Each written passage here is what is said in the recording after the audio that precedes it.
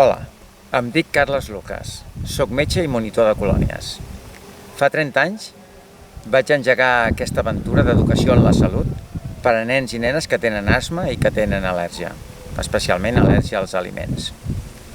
No teníem cap referent, això els passa als pioners.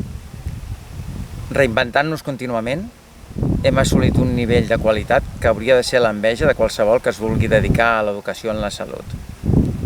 L'únic que demanàvem dels altres, dels metges, de les infermeres, de les famílies, és que parlessin de nosaltres, que fessin conèixer aquesta experiència a tots els nens i nenes que n'haurien de poder gaudir. Això no ha estat massa així. Després de 30 anys, moltes persones no ens coneixen. I és per això que hem decidit deixar la nostra experiència en un calaix. El que obri aquest calaix d'aquí un temps ja tindrà un referent, ens tindrà a nosaltres. El que no sé és si tindran aquest ajut exterior, aquest ajut dels metges, de les infermeres i de les famílies que parlin d'aquesta experiència. I els que ara us pugui saber greu que això ho deixem aparcat, us diria 3 preguntes. Em sembla una bona idea?